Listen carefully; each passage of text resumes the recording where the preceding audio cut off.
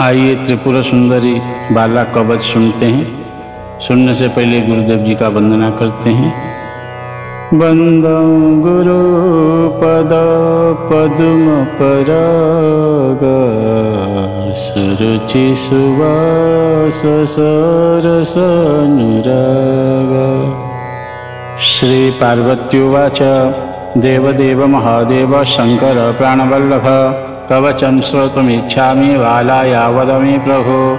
श्रीमहेश्वर उवाच श्रीबाला कवचं देवी महाप्राणाधिकं परं वक्ष्यामि सावधानात् त्वं शृणु स्वावहिता प्रिये।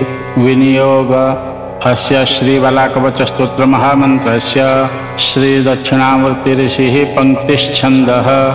बाला त्रिपुरा सुंदरी देवता ऐं बीजं सौः शक्तिः क्लीं कीलकं। श्रीबाला त्रिपुरा सुंदरी देवता प्रसाद सिद्ध्यर्थे जपे विनियोगः। ध्यानम् अरुणकिरणजालैरञ्चिता शावकाशा विधृतजपपटिका पुस्तकाभीतहस्ता। इतरकरवराढ्या फुल्लकल्हारसंस्था निवसति हृदि बाला नित्यकल्याणशीला। कवच ऐं वाग्भवः पातु शीर्षे क्लीं कामराजस्तथा हृदि। सौः शक्तिबीजं मां पातु नाभौ गुह्ये च पादयोः। ऐं क्लीं सौः वदनी पातु बाला मां सर्वसिद्धये। हुस्त्रीं ह्रीं हौसः पातु स्कन्धे भैरवी कण्ठदेशतः। सुन्दरी नाभिदेशेभ्याच् चर्चे कामकला सदा। भ्रूनाशयोरन्तराले महात्रिपुरा सुन्दरी। ललाटे सुभगा पातु भगा मां कण्ठदेशतः। भगोदयातु हृदये उदरे भगसर्पिणी। भगमाला नाभिदेशे लिंगे पातु मनोभवा। गुह्ये पातु महावीरा राजराजेश्वरी शिवा।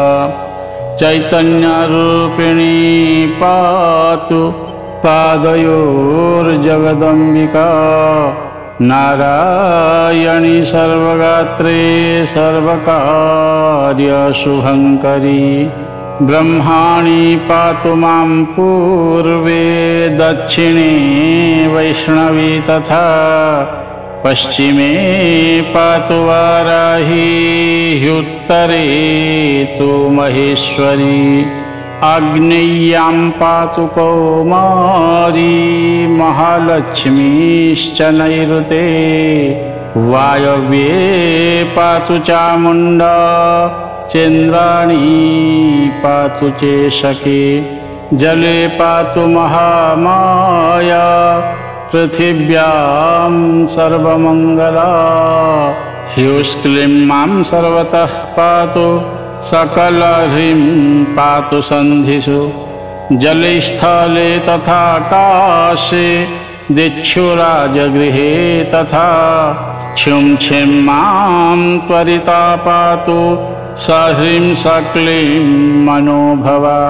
हंसः पायान्महादेवी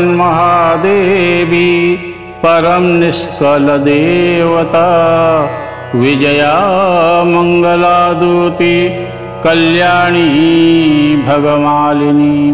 ज्वालामालिनी नित्या च सर्वदा पातु मां शिवा। इत्येतत् कवचं देवी बालादेव्याः प्रकीर्तितं। सर्वस्वं मे तव प्रीत्या प्राणवद्रक्षितं कुरु। जय जय श्री रुद्रयामले श्री शिव पार्वती संवादे श्री बाला त्रिपुरा सुंदरी मंत्र कवचम संपूर्णम। हरि ओम। चैनल को सब्सक्राइब नहीं किए हो तो सब्सक्राइब कर दीजिए।